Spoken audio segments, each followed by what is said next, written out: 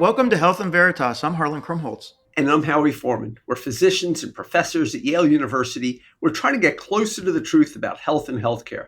Our guest today is Professor Halle Tecco. But first, we like to check in on current or hot topics in health and healthcare. And Harlan, I think, just come back, or maybe you're even still at the American Heart Association meeting. But it's a really huge meeting, as I understand it. So a lot of people I know have been there who I was surprised. Yeah, no, it's a major meeting in the heart world, and I just finished. I will tell you, I actually think these meetings are shrinking a bit, but still, a lot of people show up. It's a lot of great energy, and I was going to share with you a couple of studies that came out that I thought you might find Yeah, I'd interesting. love to hear that. Yeah, so I think that several of them have direct implications for how we understand and manage cardiovascular disease or how we might live our life.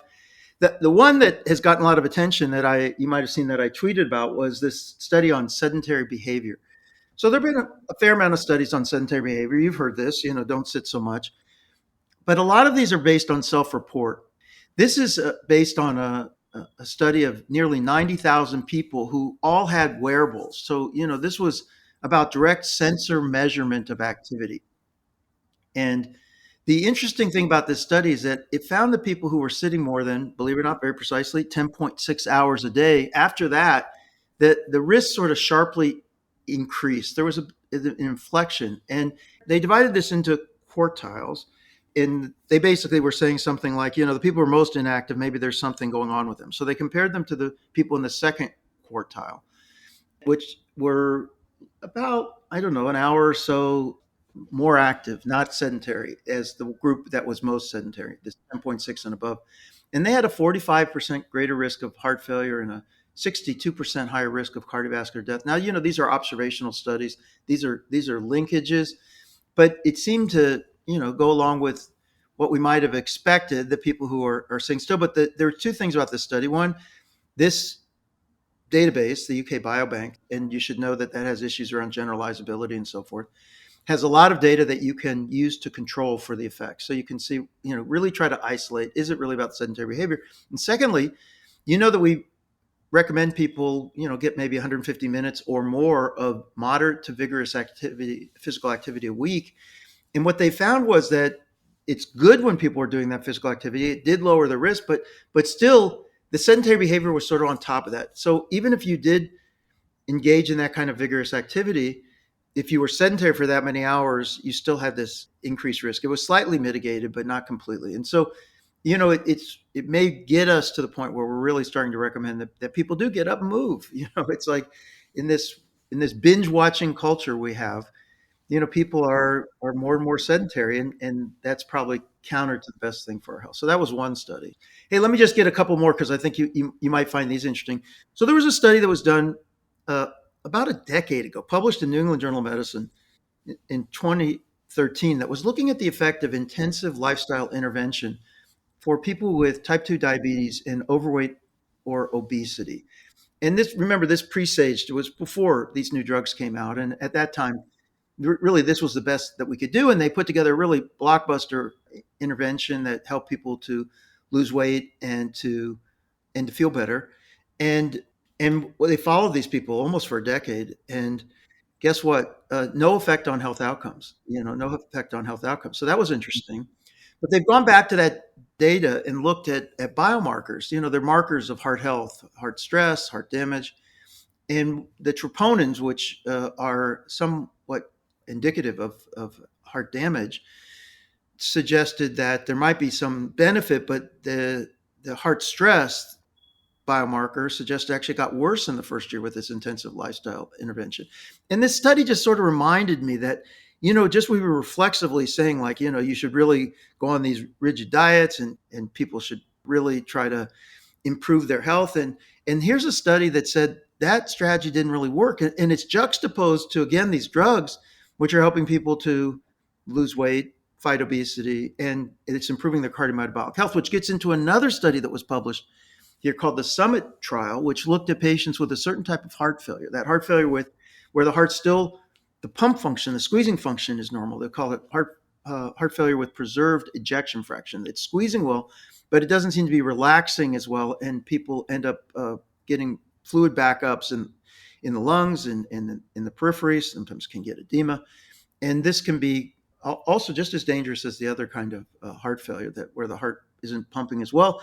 And there had been a previous study that said if you treat people with this, and many of these people have obesity, with these new drugs like semaglutide, that it can improve their health status, how far they can walk, how they feel. This study looked not only at that, but whether or not it actually reduced heart failure hospitalizations and cardiovascular death and a whole range of other heart outcomes. And it was another winner, Howie. It showed that people felt better, and actually these events reduced, the outcomes improved substantially.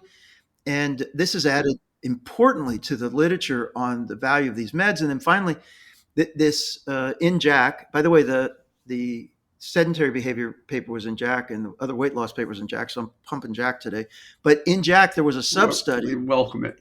Where they looked at CMR. They looked at magnetic resonance. They did imaging of the heart over the course of this study in a subset. And believe it or not, Howie, it's really, really interesting, because this is remodeling the heart. It's not just improving symptoms, but you can actually see changes in the heart structure. And so there was a reduction in left ventricular mass. These patients had thickened hearts that became less thick, and pericardial fat, which are also both critical contributors to heart failure. Yeah. And so interesting, I keep saying these are heart health drugs. They're not just drugs that have people lose weight, but somehow they're having an effect on the heart. Of course, they're probably working through the brain too, and how they're being mediated. So anyway, these studies sort of showcase a couple different aspects. One, with sedentary behavior and what people might do. Another one really is saying that, maybe these extreme lifestyle interventions, which can produce benefits, may or may not actually translate into long-term benefit. And then two studies that are focusing on the drugs themselves, semaglutide in this case. Tirzepatide. Oh my goodness. The heart failure one was tirzepatide. The previous one was semaglutide. I misspoke. Which again, the Lilly drug is tirzepatide. The Novo Nordisk drug is semaglutide. So that's right. So, and these are both these new anti-obesity drugs that are being used. And the previous study was semaglutide showed people felt better. This one showed that, but also the outcomes. And we're really progressing here in terms of, I think, having a really strong tool to treat many new diseases that escaped our ability to make a difference before. Yeah. Well, when we do the outro segment, I'm going to talk about the fact that I think you and I are willing to acknowledge that what we learned 10 years ago may not be exactly true today, but it doesn't mean that we have to be skeptics about every single thing and believe the opposite of what we find. So it's really important that we continue to follow the evidence wherever it leads. Yep. And great. So we got a wonderful guest today, Howie. Let's move on to the next segment. Halle Tecco is a healthcare investor, innovator, entrepreneur, podcaster, Substack newsletter writer, professor at Columbia Business School and Harvard Medical School, and much more. She is a graduate of Case Western, where she majored in finance, the Bloomberg School at Johns Hopkins, where she concentrated in women's and reproductive health, and Harvard Business School, where she got her MBA and founded Rock Health, an advisory and investing company in the digital health space. And I could go on, but suffice it to say that she is an extraordinary individual who I first met when she keynoted Yale's healthcare conference approximately a decade ago. She continues to illuminate, educate, innovate, and inspire. And I'm so delighted to have her on the podcast today. And I want to start off because you are a particular pedigree that I've spent the last 14 years cultivating, which is the MBA MPH.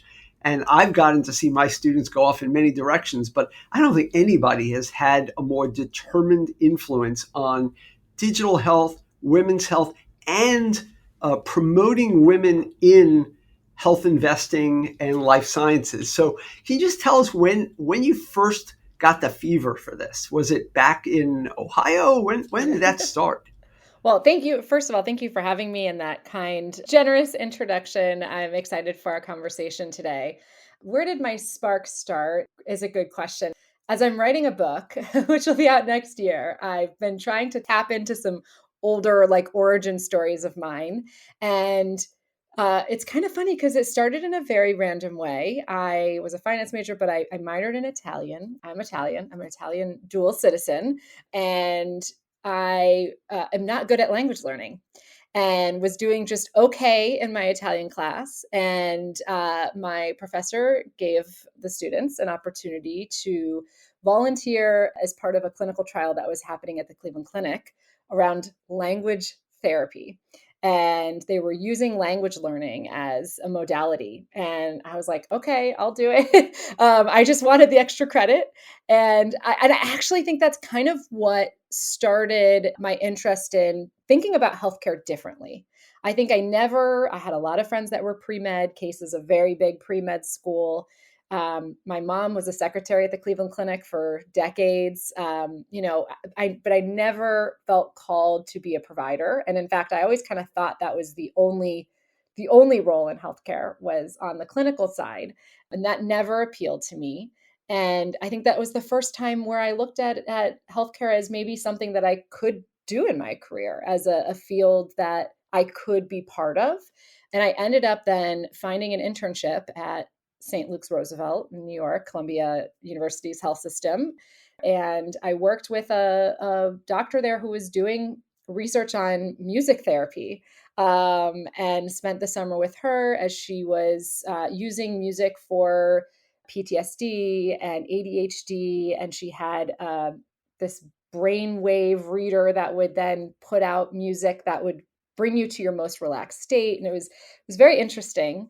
And, I don't really talk about those experiences. I was so young, and I've had such a small piece of the work that was being done. But for me, it was the moment that I realized that healthcare was really big. And there were a lot of opportunities within healthcare to be part of it, no matter what your background is, no matter what your interests are. There's something in healthcare that you can be part of.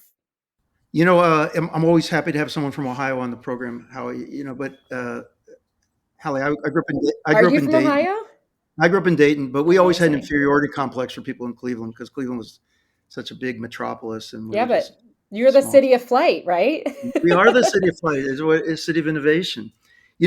As I learned about what Yeah. you've done, it's just so amazing the trajectory and path that you've been on. Can you just talk a little bit about Rock Health? Because it seems like you got involved with that pretty soon after you graduated from business school.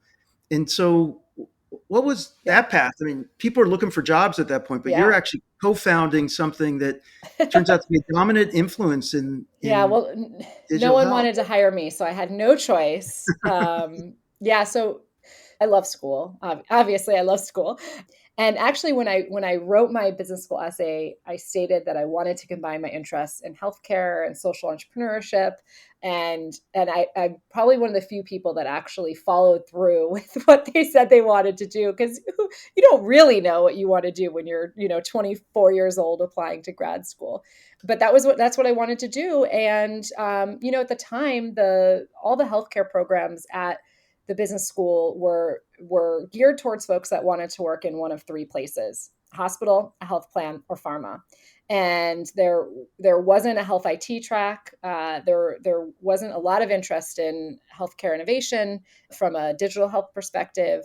But one of my professors, Bob Higgins, who founded Highland Capital, was one of the original investors in healthcare and health IT, and just did some independent studies with him around the opportunity at the time, specifically around mobile health and how the phone was really going to change healthcare.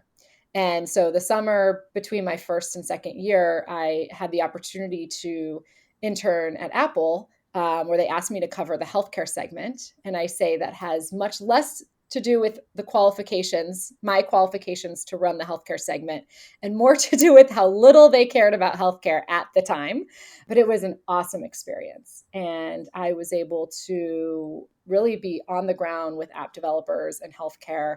And my biggest takeaway from that experience was that I was overseeing, as a 25, 26-year-old intern, I was overseeing a category that was part of the biggest industry in the United States.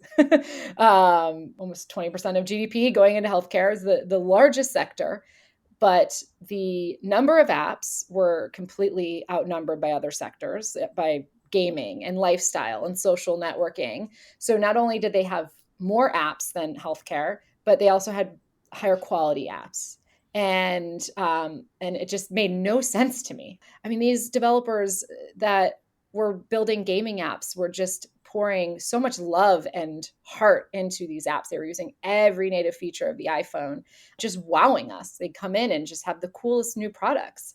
And the healthcare apps were like very much check the box strategies outsourced to third party developers in Uruguay or Ukraine, and were really felt like they were done because someone on the board of a hospital said we need to get an app, and not because a team of folks tried to understand the unmet need within mobile health. And so that was when I decided to start Rock Health. Like at that moment, I was like, this is bonkers. There is such a huge opportunity with my business hat on, enormous market opportunity here. So why isn't it happening? So then I immerse myself into the problem, the problem of like, why are we not bridging technology and healthcare? And the everybody I talked to on each side wanted to sit at the same table. They just didn't know how. So, talking to hospitals who ended up being our first backers, Mayo Clinic, Kaiser Permanente, these were our very first backers. I was very young, inexperienced person with a pitch deck. And they backed us, took the risk on us because they were like, yeah, we want to connect with folks who are entrepreneurial, folks who understand software and user experience. And then on the other side, founders were like, I'm a little scared of healthcare because I don't really understand it. And I don't feel like I'm going to be able to break in because there are all these incumbents. And so the idea for Rock Health was really to bring these worlds together. And can you speak to Rock Health right now does advisory, it does not-for-profit work or social enterprise, I guess, and it does investing. When you started it and when you first were working at it, was that the conception for it? And what area do you feel like you've had the biggest impact? Yeah. I mean, everything kind of grew organically. So the first thing we wanted to do was just back startups. And we started with just giving grants. We are just like, we just want really smart people working on important problems and give them a little bit of money, office space, and access to the expertise that they would need. And so, our very first group of startups, Mata Health, probably the most successful of that very first batch that we backed. And so that's what it started off as. And then we eventually raised a fund, a real, venture fund. So we were able to write bigger checks and take equity. Very early on, we started the research arm. So it was actually a suggestion from my husband who said, you should be tracking all the deals so you know what's going on, what investors are looking at, and make these industry reports. And so very early on, probably a few months into the organization, we started tracking, and now kind of the biggest database of digital health funding. So every deal since 2011 when we started tracking. And we look at things like, the founder, where the company is based, the gender of the founder, which helped us do some gender work, understanding what the company does, how they do it, how much they're raising, who's backing them. And so that's kind of turned into its own now full advisory group that does research and consulting. And they did spin that out after my reign. And then conferences, just bringing people together. That was kind of core of what we were doing anyways. And we just wanted to make them bigger and bigger. So have been running, there are kind of three main conferences that we started that continue today. One is the Rock Health Summit, which just is a digital health conference that brings together people inside and outside of our portfolio and community. And a CEO summit that's specifically for CEOs to kind of get together to talk about the challenges that they're facing. And then a women's health summit, which is really around supporting women founders and specifically women founders working in women's health. That's a segue for me to ask you a little bit about Natalist. It's really interesting to me. I mean, you guys write that, this is led by a team of moms and doctors on a mission to reduce the historical shame, misinformation, and outdated product offerings women experience on their path to parenthood. You maybe this was paralleling what was going on in your life, but you start this thing in 2019. It's acquired in 2021. It's very successful. Can you just talk a little bit about that journey? Yeah. So at the time when I was starting Natalist, I had been struggling to conceive. And so as I was buying all these products, and the average the average person spends about $100 a month when they're trying to conceive on everything from supplements to pregnancy tests. And the average person takes 3 to 6 months to get pregnant, and the average person has 2 kids. So there's like a very specific window when you want to help someone. And I think because of that, it's become a very disjointed experience. And so even just like going to the drugstore to get all these products, you needed them all to get pregnant. They were all kind of the same purpose, but they were in different aisles. They were made by different companies. And so saw the opportunity to kind of bring it all under one brand and be just the fertility and pregnancy brand, and also just make the experience less cold and medical and more warm and loving. And I looked at, I was looking at the products compared to like my beauty products in my bathroom, and just wondering why don't we deserve to use products that have instructions in plain English and look nice. And so that was kind of the premise of starting Natalist. I started it in 2018. We launched in 2019. Great time to start and sell a company in that era. So it was a very good journey for us. And Everly Health, the company that acquired Natalist, I think has helped it continue to grow and evolve as a brand, which has been really fun to watch. But it was really a project born out of my own frustrations. Could you say a word or two about co-fertility, which I Yeah. wasn't aware of until I was preparing for this, but I just thought it was fascinating Yeah. and just wondering how far along that is and what Yeah. you learned there. Yeah. So after I sold Natalist, I had there's basically a 90-day window where you can like shift earnings from one investment into another and for a tax benefit. And so I was like, all right, I have 90 days to like start a new company. And so I had a colleague who I had known for years, Lauren Mackler. She started and ran Uber Health for 8.5 years. And I don't know if you know Uber Health story, but it's really cool. They provide rides for hospitals and make it super easy for them to coordinate rides and care for patients that can't otherwise get to appointments. And she built that into a $150 million business in a year and a half, and is just like an extremely good operator. And she was thinking about starting something in women's health and fertility based on her own experiences. She has a rare abdominal disease that made it so that she needed to figure out her family planning much more quickly than she had intended to, because of some surgeries that she had to have. And so her and I were kind of noodling on opportunities, and I knew I'd never wanted to be the CEO again. I'm not an operator. I learned that about myself at Natalist.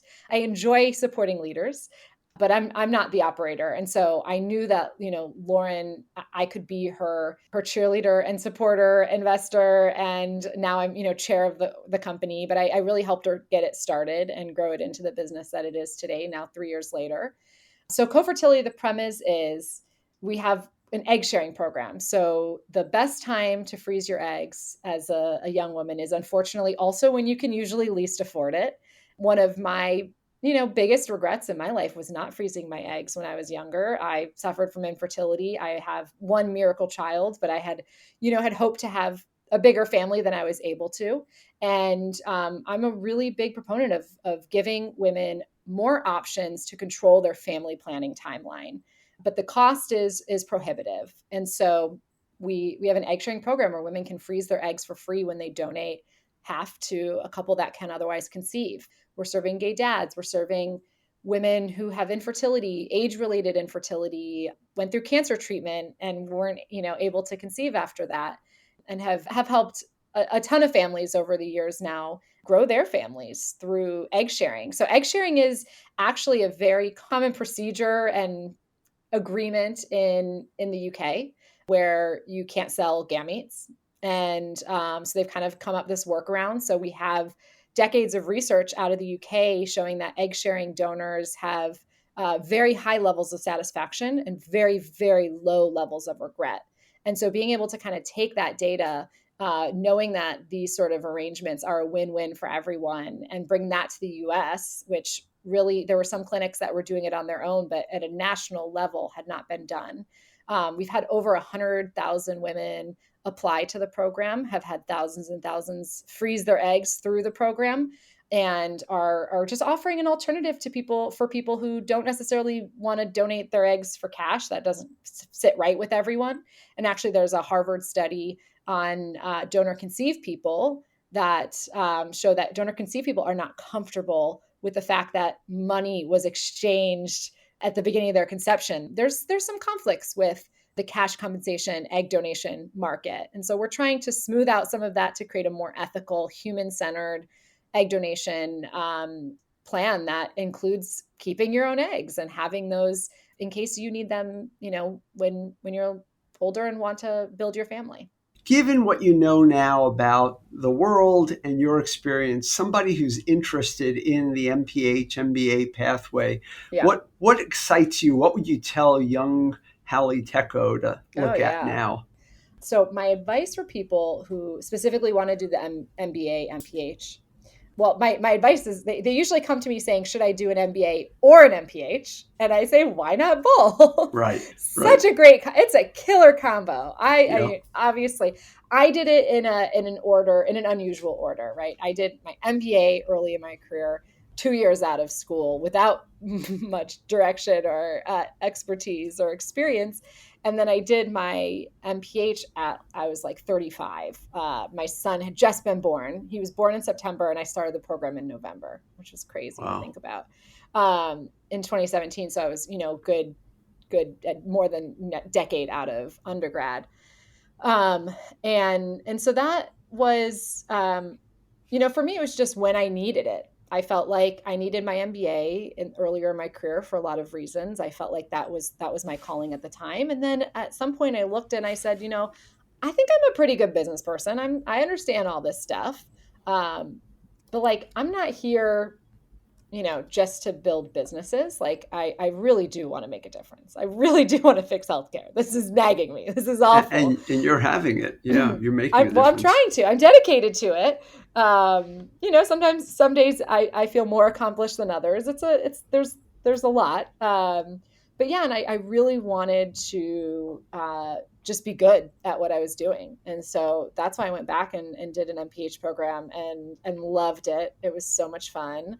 I learned so much. And I feel like I was able to step back, look at the problems from a public health lens, and what is the impact this company, this solution, this product could potentially have, understand any negative externalities. I don't think that ever occurred to me before, just thinking about, okay, what are like some second order impacts that this might have on our healthcare system, and how to kind of look through things through an impact lens. And so I'm so glad I did both of the degrees. They're so different. I actually have an article on my blog about my perspectives of the difference between the MBA and the MPH.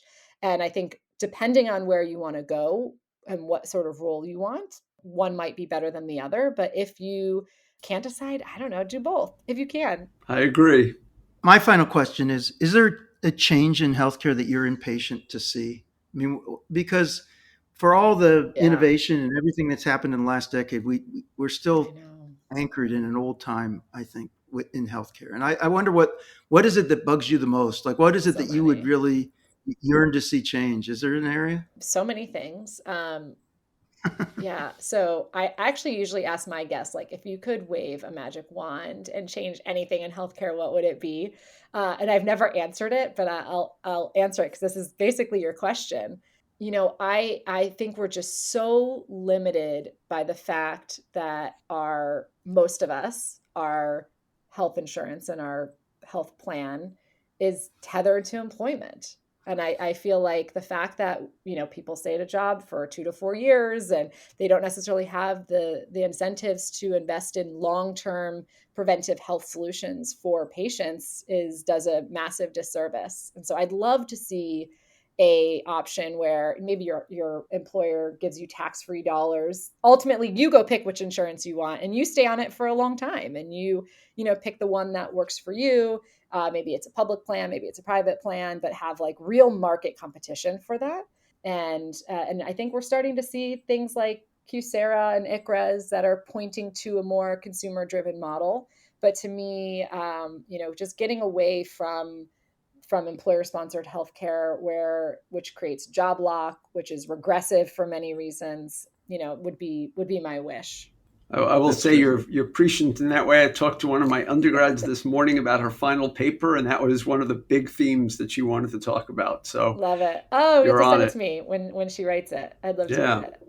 Yeah. But look, we couldn't thank you enough for joining us and for really everything that you do. And we didn't even get to talk about how much you have appropriately promoted and elevated and sponsored women in healthcare, so that it's the transformation in the last 20 years has been dramatic, even as women are still underrepresented, but they're dramatically more represented than when you entered this. So thank you for everything that you do. Thank It's been a you. Thanks for delight to having me. It talk was to you. great talking to you guys. Yeah, it's terrific. Thank you. Great. Howie, that was a terrific interview. I'm so glad we had her on the show. I've been Yeah, she's amazing. looking forward to this episode for a long time, and it didn't fail to deliver. So thank you for scheduling her, because this really was your, you know her, and you were able to Yeah, get her I'm on the glad show. that she was able to do it. Yep. So hey, let's get to your segment. One of my favorite parts of the show, to hear what you're thinking this week. Yeah, I mean, I would love to stop talking about health politics, but right now it's impossible. And I'm going to try to do my best to explain this in the most balanced way for our listeners. But it is a time of great uncertainty. So I want to state up front that I personally, for all of us, I want us to embrace the idea that we can and should have a healthier nation. And you and I have talked a lot about the things that are the impediments to that and the things that we might do to get to a healthier nation. But today, I'm going to focus on Robert F. Are you saying we should make America healthy again? Make Is that what you're America saying? healthy again. If we could, I would I'm not love sure that. when. That's my I'm not sure when America was healthy, but okay. right. But we'll make him healthy again anyway. So Okay. I'm going to focus on Robert F. Kennedy Jr. And look, at 30,000 feet, his desire to see a world that is healthier, safer from adverse events, and free from the influence of corporate interest is noble. I don't object to any of that. And I do also think, as we talked about in the intro, I think skeptics have an important role in society and in government. So when he asks legitimate questions, I sincerely want to give him the benefit of the doubt. But his questions are all too often predicated on anecdote, or even worse, and they don't really come across as questions. They're more like leading statements. And I'll just give a brief sample of these. He has recently questioned whether HIV causes AIDS. He has wondered aloud whether Wi-Fi, wireless, causes cancer. He has asked whether contaminated water has led to more children identifying as transgender. He has spoken about antidepressants causing school shootings, and he has recently questioned whether the SARS-CoV-2 virus might have been engineered to harm blacks and whites and spare Jews and Asians. He seems less interested in answers. He continues to believe, for instance, that ivermectin and hydroxychloroquine are effective treatments for COVID-19. He has never stepped away from implying that many vaccines cause harm, and particularly autism, and there is voluminous evidence to the contrary. And again, to be clear, and going back to our opening segment, you and I have spoken many times about facts, quote, facts, findings and research studies that turn out to be wrong over time, and evolving evidence that informs our recommendations as physicians. But the pattern with RFK Jr. and other conspiracy theorists is that they don't just ask questions agnostically. They ask the question in such a way as to imply that there is a vast effort to suppress something that they know is the truth. And that's the danger, I think, in this current situation. And he goes a step further and takes authoritarian steps and makes proclamations about what he will do if given the opportunity. And this disturbs me even more, and it should disturb anyone, irrespective of party affiliation. He's already talked about firing hundreds of employees of the NIH and other health agencies, not because they don't do a good job, but because they propagate answers that don't align with his beliefs. He has talked about suing journal editors, and you're a journal editor, and publishers if he feels they are spreading misinformation, or alternatively not publishing the data he thinks they should have published. He wants to force the removal of food products even when the evidence of their harm is lacking.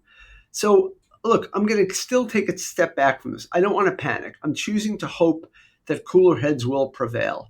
The campaign is over and governing is hard, and there are good reasons to ask questions, but only if you're willing to surround yourself with trustworthy people who will tell you the truth, even if it conflicts with your own biases. So while I'm not going to panic, I do hope, I am concerned, I'm going to watch carefully, and I'm going to count on the fact that the scientific community is going to remain resolute in answering questions and sticking by those answers. Well, it's reassuring you're not going to panic because we need you to stand strong. Here's my question to you, which is, I mean, there are a lot of loony things that he has said, which are, to say disturbing is to, understate them, really. He may indeed be the HHA secretary. So what's your strategy? I know that some people have reached out to you to somehow broker support for areas that you believe you can support, or to push things that you think you can push. I mean, we're in a week, by the way, where Joe and Mika go, Mika Brzezinski and Joe Scarborough will go and talk to Trump. They were calling him Hitler, and now they're Right. on Mar-a-Lago talking to him. Right. This is going to be the group in charge. Assume he makes it through maybe a research appointment. I don't know, but let's say someone of his ilk. And in any case, it's going to be someone that for which there are many issues potentially that with regard to this. What's your strategy? I mean, how do people who think that there are concerning views being expressed help both change to occur in positive ways, but mitigate the potential harms? Right. So I think at the current moment, I feel strongly that he should not be secretary. And I will continue to make the case to people about why I think there are better people. And by the way, there are people that you and I disagree with who I have much greater faith in these roles, even if we disagree with them, even if they have a different lens to look at things, they're at least scientifically based. If he becomes secretary, then my strategy changes at that point. Then my strategy is to acknowledge when he makes good moves, because he will make good moves. He will hopefully put together thoughtful committees to look at questions around food dyes and other additives, and maybe answering questions that we haven't asked properly. Like, I don't want to dismiss anything he does just because it's him. But at the same time, I also will highlight things when he's taking positions that are not minority positions, but are just overwhelmingly contrary to the evidence that exists at the time, and hope for the best, hope that people will not be afraid to speak out when they have important facts to present. Yeah, it's such a mixed bag. For example, I think there should be more research into vaccines. Why not? I mean, we should be learning more about them. That's right. That doesn't mean we don't understand the net benefit, but it's about understanding these and other drugs and so forth, post-market surveillance. There's lots of areas that we could be doing a lot better. He seems to be in favor of that. He does say these things that are frankly at odds with everything I know, about science and Right. literature. When your students are saying to you, if I get a chance to enter this administration, and there are people like this who may, have those kinds of views, what do you recommend to them? Yeah, so at a junior level, I recommend that if people want to take positions that I don't think there's a reason to object if you can think that you can have a positive change. If you think that the job you take is contrary to your ethics, values, morals, then obviously don't take it. But in many jobs, you're doing good work and you're supporting government. I have no objection to that. I do think that there are certain positions where very quickly, if you're higher up, and people have asked me about higher up positions, if you're higher up, very soon you're going to be faced with being asked to say something or do something that is at odds with your personal beliefs. And at that point, you must be willing to say no. You must be willing to push back, even though it means you'll get fired almost immediately. And for some people that I know, they're sort of like, yeah, that's okay with me. I'll do it until I can't do it. And I will know what that line is. The one thing I'll say is that I've heard on the news a lot where people say that, this person is just going to do just what Trump wants. They're not going to stand up to him. And that can be for any of these positions, and they're not going to push back That's on right. him. And I keep thinking, he's president. He was elected. Actually, these positions are indeed to pursue the president's agenda and policies. That's right. So I do think it's, if people feel that they can do that, then they can go into government and have a good effect. If they feel, like you said, that these views or what's likely to be asked of them is at odds with what they believe is right, then they probably shouldn't enter government, because they shouldn't be entering government to fight the president. It just, that's right. not going to end well. And so That's it's just right. a question of whether or not they think that there are opportunities where that there's enough alignment in what's going to be done that they can contribute. Just a reminder, in the first term, CDC, you could quibble with a lot of things, but it was generally well run. CMS was very well run. NIH was well run. So it does not have to go down the drain here. Well, let's hope it doesn't. You've been listening to Health and Veritas with Harlan Krumholtz and Howie Foreman. So how did we do? To give us your feedback, keep the conversation going, email us at health.veritas@yale.edu or follow us on any social media, including Blue Sky. And our guest today is on Blue Sky, and Harlan's on Blue Sky, and we're using it a lot more right now. I'm going to be learning more about Blue Sky and trying to figure out, because obviously there are a lot of people who are now going to Blue Sky, Yes. and it should be in our portfolio. And we do want to hear your feedback, any questions, your experiences, anything on the topics. If you'd like, rate us, review us. That helps people find us. And we always appreciate it. And if you have questions about the MBA for Executives program at the Yale School of Management, reach out via email for more information or check out our website at som.yale.edu/EMBA. Health and Veritas is produced at the Yale School of Management, the Yale School of Public Health. Thanks to our researchers, Ines Gil, Sophia Stump, Tobias Liu, and to our producer, Miranda Schaefer. They are terrific. It's such an honor to work with them every week. Talk to you soon, Howie. Thanks very much, Harlan. Talk to you soon.